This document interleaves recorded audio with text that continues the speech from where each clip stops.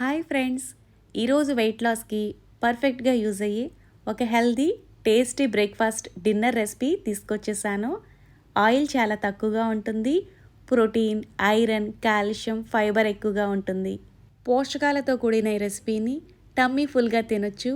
డైట్లో ఉన్నవాళ్ళు కూడా గిల్ట్ ఫ్రీగా తినొచ్చు. మరి ఈ సూపర్ హెల్దీ రెసిపీ ఎలా తయారు చేయాలో చూద్దామా? రెసిపీ తయారు చేసుకోవడానికి కప్పు నిండుగా శనగలను తీసుకుని వీటిని శుభ్రంగా 1-2 సార్లు నీట్గా క్లీన్ చేసుకుని మునిగే వరకు నీళ్ళు వేసుకుని 7 నుంచి 8 గంటల పాటు నానబెట్టుకోవాలి. మీరు బ్రేక్ఫాస్ట్గా ఈ రెసిపీని తయారు చేసుకోవాలనుకుంటే నైట్ పడుకోబోయే ముందు శనగలను నానబెట్టేసుకోవచ్చు, లేదా డిన్నర్కి ప్రిపేర్ చేసుకుంటే మార్నింగ్ నానబెట్టుకున్నా సరిపోతుంది.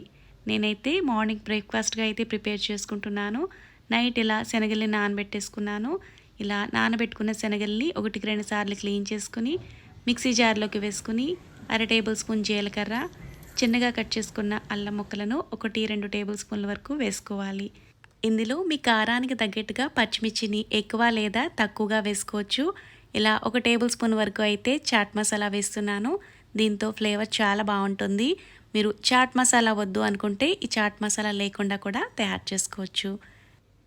ఇందులోకి రుచికి సరిపడా ఉప్పు వేసుకుని ముందుగా కోర్స్గా బ్లెండ్ చేసుకోవాలి. తగినన్ని నీళ్ళని వేసుకుని మెత్తగా మిక్సీ పట్టుకోవాలి. నీళ్లు మరీ ఎక్కువగా కూడా వేసుకోకూడదండి. ఇలా కొంచెం అంత వేసుకుంటే సరిపోతుంది. ఈ పిండి ఇలా కొంచెం గట్టిగానే మిక్సీ పట్టుకోవాలి, మరి లూజ్గా కూడా ఉండకూడదు. ఇలా మిక్సీ పట్టుకునే మిక్స్ని బౌల్లోకి తీసుకోవాలి. ఏ కప్పుతో అయితే శనగల్ని కొలిచి తీసుకున్నామో అదే కప్పుతో అరకప్పు వరకు ఓట్స్ని అయితే ఇక్కడ వేస్తున్నాను. ఇక్కడ ఓట్స్ వేసుకుంటున్నాను కదా, ఈ ప్లేస్లో మీరు కావాలనుకుంటే అరకప్పు రాగి పిండినైనా వేసుకోవచ్చు, లేకపోతే ఏదైనా మిల్లెట్స్తో తయారు చేసిన పిండిని ఇందులోకి వేసుకోవచ్చు. మీరు డైలీ ఈ రెసిపీని ప్రిపేర్ చేసుకుంటే కనుక వెయిట్ లాస్ అవ్వాలనుకునే వాళ్ళు ఓట్స్ ఒకరోజు అయితే ఒకరోజు రాగి పిండి, ఒకరోజు జొన్న పిండి, ఇలా మార్చి మార్చి ఈ రెసిపీని మీరు ప్రిపేర్ చేసుకోవచ్చండి. సన్నగా తురుముకున్న ఉల్లిపాయ ముక్కలు, 2 కప్పుల వరకు పాలకూరని ఇలా సన్నగా తురుముకుని వేసుకుంటే బాగుంటుంది. అలాగే హెల్త్కి కూడా చాలా మంచిది. సన్నగా తురుముకున్న క్యారెట్ తురుమును కూడా ఇందులోకి వేసుకోవాలి. ఇందులోకి ఇవే వేసుకోవాలనేమి లేదు. మీకు నచ్చిన ఆకుకూరల్ని, వెజిటబుల్స్ని ఇందులోకి వేసుకోవచ్చు. మీరు కావాలనుకుంటే సన్నగా తురుముకున్న క్యాబేజీ తురుము, బీట్రూట్ తురుమును కూడా ఇందులోకి వేసుకోవచ్చండి. ఇవన్నీ కలిసినట్టుగా బాగా మిక్స్ చేసుకోవాలి. మన ఛానల్లో వెయిట్ లాస్కి సంబంధించిన చాలా రెసిపీస్ని అయితే పోస్ట్ చేశాను. ఇంట్రెస్ట్ ఉన్నవాళ్ళు ఛానల్లో మిగిలిన రెసిపీస్ని కూడా చూసి మీకు నచ్చితే ట్రై చేయండి. ట్రై చేసిన తర్వాత మీకు ఎలా అనిపించిందో కూడా నాకు కామెంట్ చేయండి. ఇలా ఇవన్నీ కలిసినట్టుగా బాగా మిక్స్ చేసుకున్న తర్వాత ఇలా చిన్న పిండి ముద్దను తీసుకుని ఇక్కడ బటర్ పేపర్పై వేసుకుని చపాతీలాగా కొద్దిగా ఇలా పలుచుగానే ఒత్తుకోవాలి.